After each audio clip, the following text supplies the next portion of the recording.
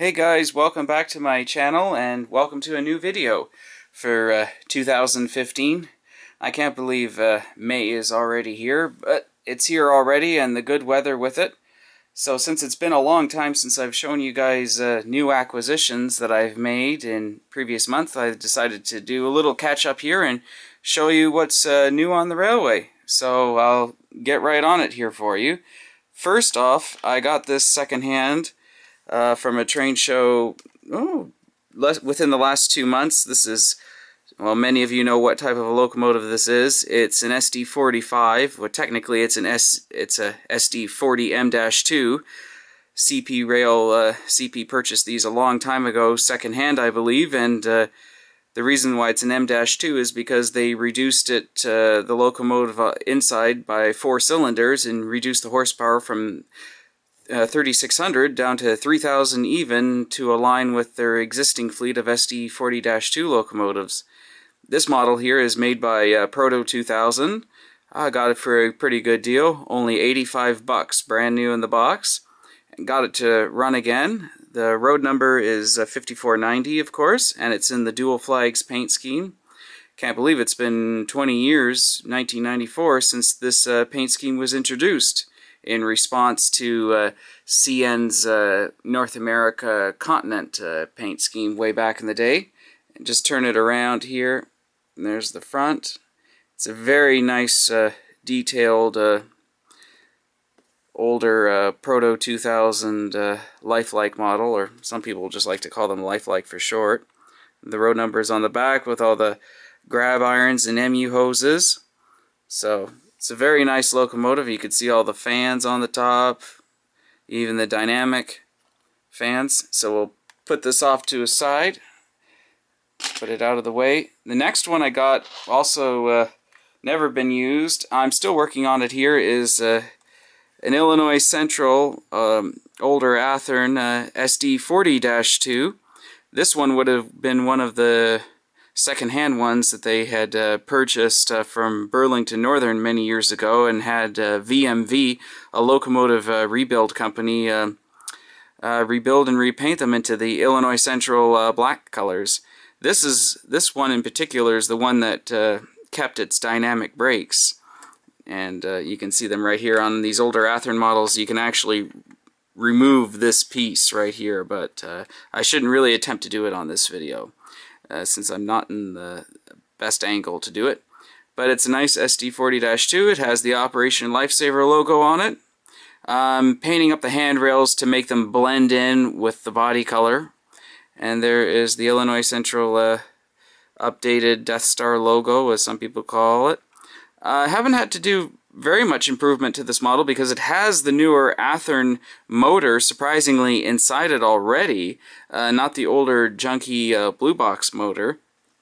I've had to do a few details here because the rear of the locomotive, you see these numbers back here, they weren't there when I purchased the locomotive, so I had to decal some micro scale decals on the back to fill it up, and I'm actually going to be touching the lettering down there a little bit, and also the watch your step was not on it. And here you can see that down here it says recorder equipped. I added that myself because we go to the other side, which I haven't done. You see it's not there, so I've had to add a few more decals to this locomotive to make it more complete and a little bit more detailed before I start putting the handrails on it. So I'll move this one here out of the way. And last, for this portion of the video, before I go on to any rolling stock, I also managed to order this via Walthers from a dealer who I've befriended. Got pretty much the very last Union Pacific Atlas Master -8 C40-8W 6-axle 4,000 horsepower freight locomotive, and this is from the new Atlas production run that was made late last year. So I managed to get this locomotive in. This is just DCC ready, but that's perfectly fine by me. And this is the newer packaging where this just pops right off and these hold the locomotive in place. from the top. So this packaging is a lot different than Atlas's previous packaging. So nice to see it in the nice bright and powerful armor yellow paint scheme, and I'll be having that locomotive run soon. I also went a little bit crazy on getting some more of these plug door NSC National Steel Car box cars from Atlas. Here's a CN1, and yeah, National Steel Car NSC 5277 plug door box car, 1980 Canadian National. I already purchased one of these last year because I got a good price on it because I price matched the car, and I had decided to, from other sources, get a few more. So I already have one running on the track, and I got this one as well as another one and another one and yet another one, making it 5 in total, 4 plus 1. And so these are actually really nice cars, to be honest. And I also wanted to get some covered hoppers over this period of time, since I've been buying mostly box cars rather than covered hoppers.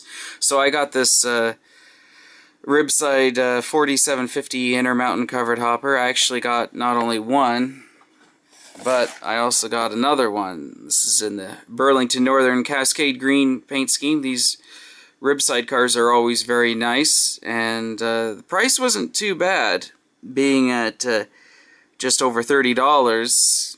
Yeah, at these prices, it's not worth it going to the bigger stores in my neck of the woods like Credit Valley Railway, which Credit Valley seems to think that it's perfectly reasonable for charging $50, $49.95 for one of these Intermountains, which I think is ridiculous. Extremely ridiculous. And another one I managed to get here was this Canadian National Cylindrical. Once again, if I had purchased this at the store, it would have been $49.95. The prices used to be $39.95, but then just out of the blue, the prices for the merchandise they had on the shelf went up by $10 to $49.95. So, not likely to be buying anything from them at any time. I believe $36.95 is far more reasonable, and I got this from TMR. And this is, of course, the CN Wet Noodle cylindrical grain hopper. So, really nice car. I have a few of these already. I might want to get the Boxcar Red or the CN Brown ones, whatever you guys like to call them. And I also got some of these Atlas Trainman cars, like this one. This one still has the Illinois Central reporting marks on them, with the Canadian National Noodle and the website address. And I really like these covered hoppers very well. I decided to show one out of the packaging here for you. And once again, I kind of went a little bit crazy because not only that one was purchased, but this one here too, and this one as well. So, kind of been going a little bit crazy with the money and cards lately, but these were things that I wanted really badly, and with the limited production runs that manufacturers are doing these days, if you don't act on it soon enough, within about a month or a few months, everything just disappears and goes out of stock, and it's game over, because everything is made in such limited quantities these days, and not very much open stock for the retail shelves is made.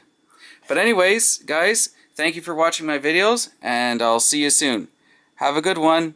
Cheers. Bye.